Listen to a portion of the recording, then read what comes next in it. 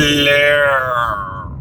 There have been two things of interest in the community, and I've had a lot of questions on them, so I figure I would discuss them. Or maybe only one thing of interest, but whatever. So the biggest thing of interest in the community is Bartlett v. Nieves, Supreme Court case up in Alaska. There's I'm going to call it a festival where people go up there and drink and do snow sports and things like that.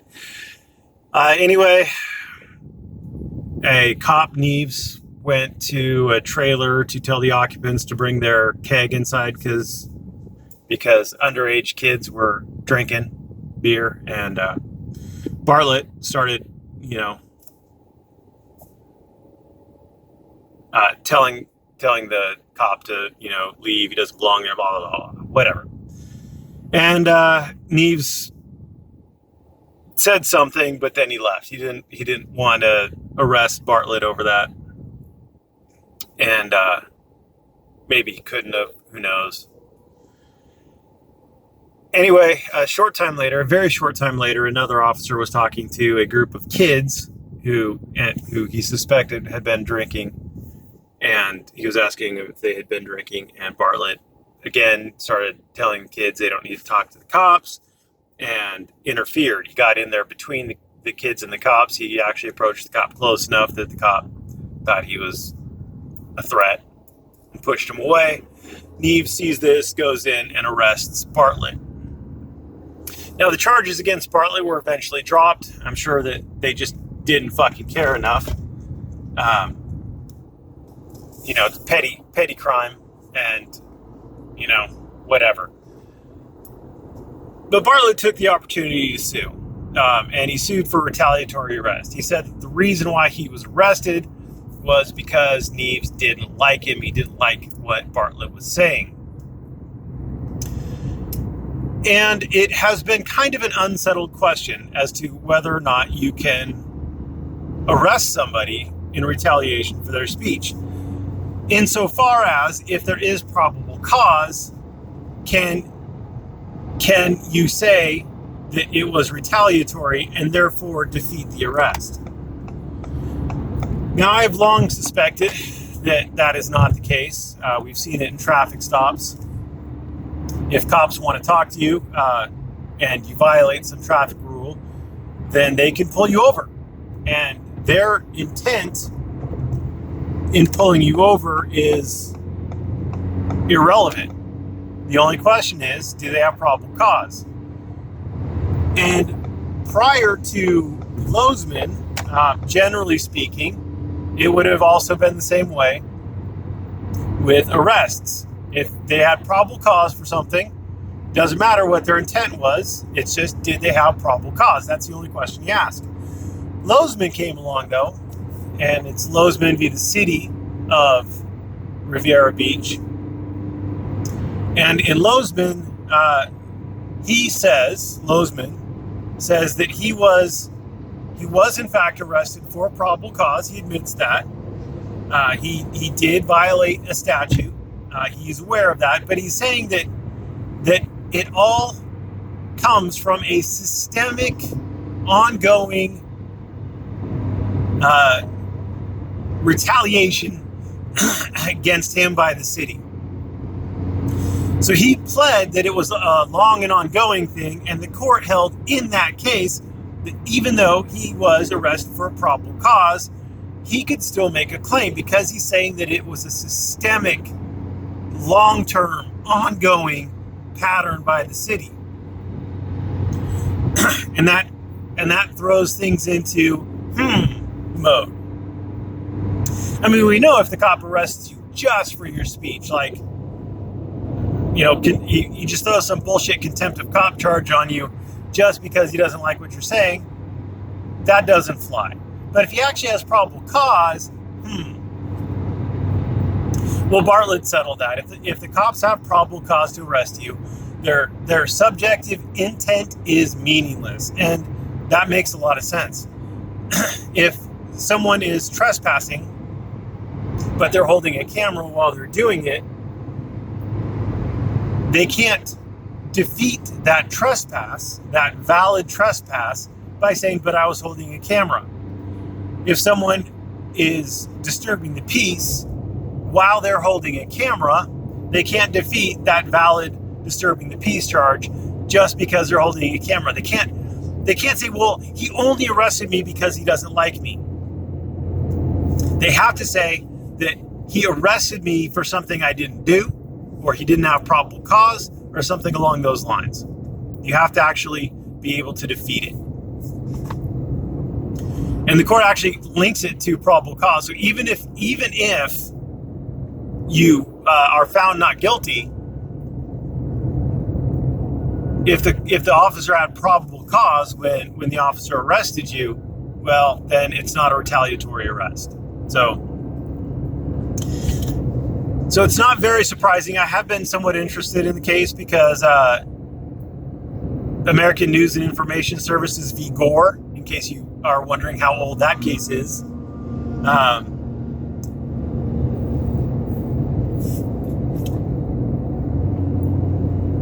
That one has been on hold. News Now San Diego likes to defy lawful orders and interfere with crime scenes and things like that because he's a journalist, don't you know?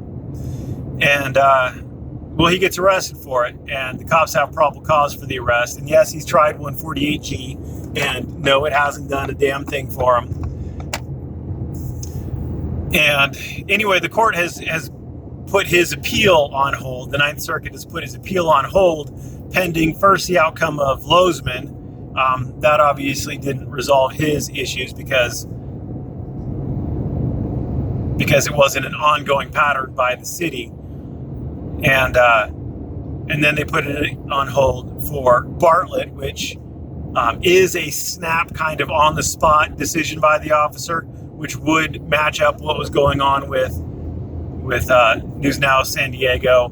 And it does not look good for News Now San Diego. A long time ago, people got on me because I said he's done. And he is done. I mean, the circuit court hasn't ruled yet, but I mean, precedent all lines up.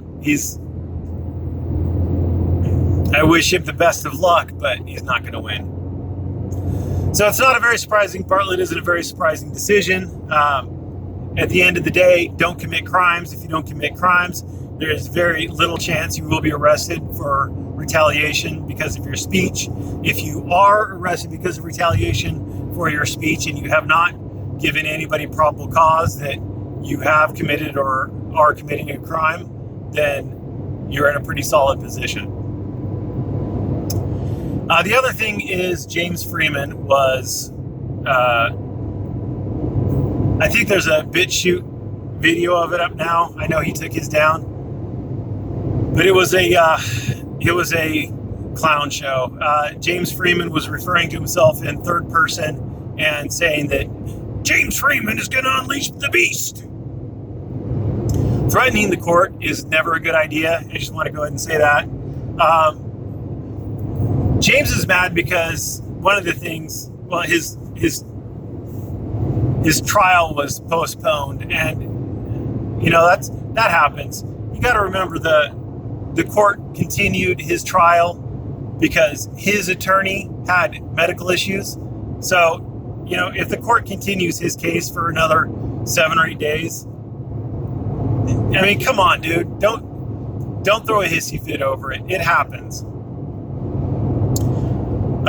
James was upset that his lawyer submitted a trial brief, a trial memorandum, instead of submitting it as a motion to dismiss.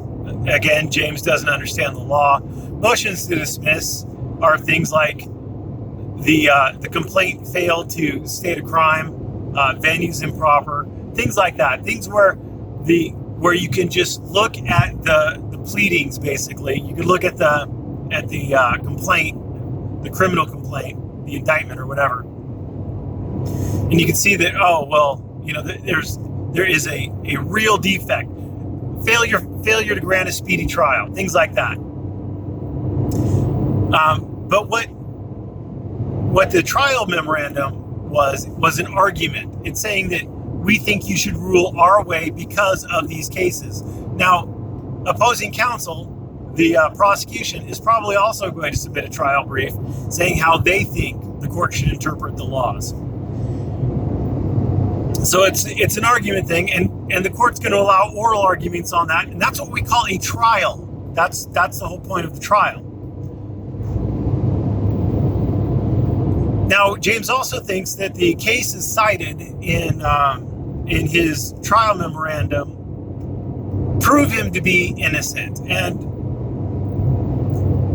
law is about the facts and the law, number one. And the fact pattern in James Freeman's case doesn't match the cases that he cited in his memorandum. That's number one. Number two is the cases he cited. It's a good memorandum. I mean, don't get me wrong. It's a very well-written memorandum, and I have no issues with it. But it is relying on some fairly weak cases. It's relying on Flowers, which was distinguished in Greer. In Flowers, the guy went onto a street that was open to the public. There was no guards checking it in. It was on a base, but the whole city drove through it. New Braunfels or something. The whole city drove through it. The base didn't regulate traffic. They didn't regulate foot traffic, car traffic, nothing. Anybody and everybody could drive through there. And the court determined that, well, the base is essentially relinquished control over this. Spock v. Greer distinguished it. And Spock v. Greer says that if the base is continuing to exercise its control over it, generally speaking, Adderley still applies. And so he's relying on Flowers, which isn't a solid case. And he's also relying on Askins. Askins, the U.S. Department of Homeland Security, which all Askins did was allow the plaintiffs to get past summary judgment. It's not a terribly strong case. So I'm not even sure if it was published because they didn't cite it. They didn't cite to it in an official source. They didn't cite it to 283 F 264 whatever blah blah blah. They cited it to it by its actual docket number or whatever, case number, but it's not an official citation. So I'm not even sure it's an official site. I haven't looked it up. It doesn't really matter to me yet. It's not as strong as I would otherwise like it to be. So James isn't relying. His memorandum is a good memorandum, but it's not a slam dunk. James doesn't understand that it's not a slam dunk. There is going to be an argument, and opposing counsel has a very good argument. That's why this is an important case. And when he loses, and if he does go pro bono, as he says, which he means pro per, I think, or pro se,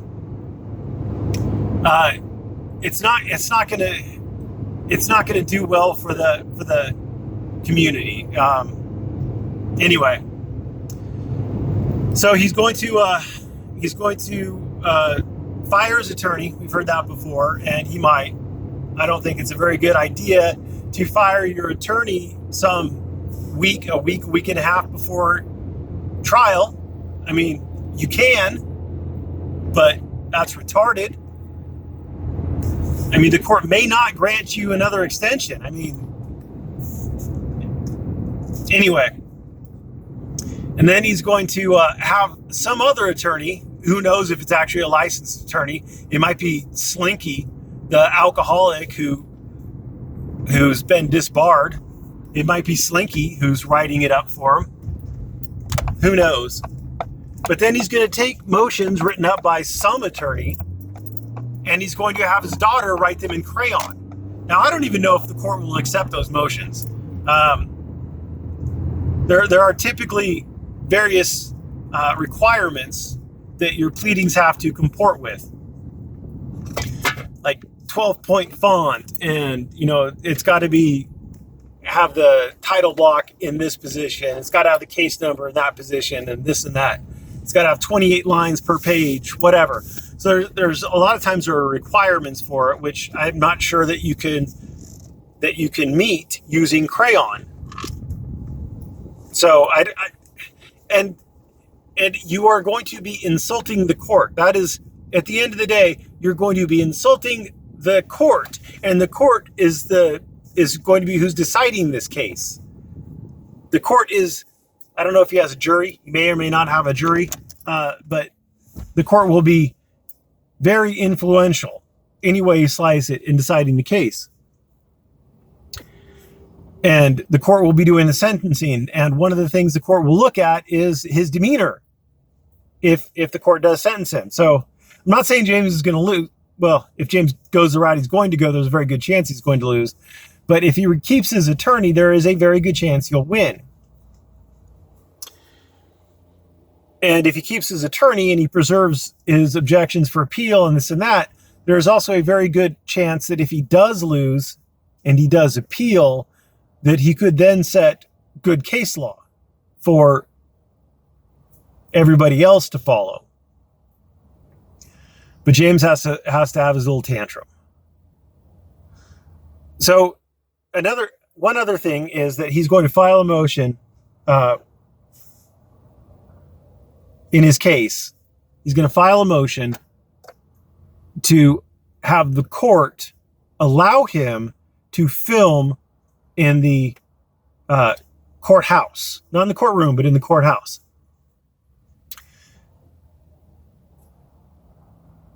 I don't believe, and I could be wrong, I'd have to look it up, so you'll take this with a grain of salt, but typically it's the chief judge that determines exceptions to those kind of rules, because the chief judge knows what's going on in each court, and the chief judge knows if that's going to be disruptive for other cases, or if there's some sensitive things going on, etc. There are, again, I've gone over this before, there are a lot of very legitimate reasons for not allowing filming in the common areas of the court.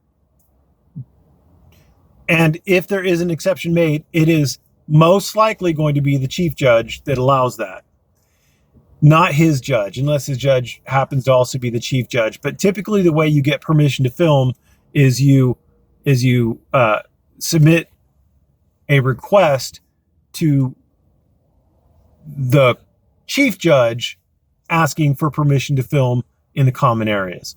If you want to film in that particular courtroom, then in that particular courtroom, it's up to that particular judge. So, I hope I can save James some crayon in writing that motion. Maybe instead of writing a motion, you just ask.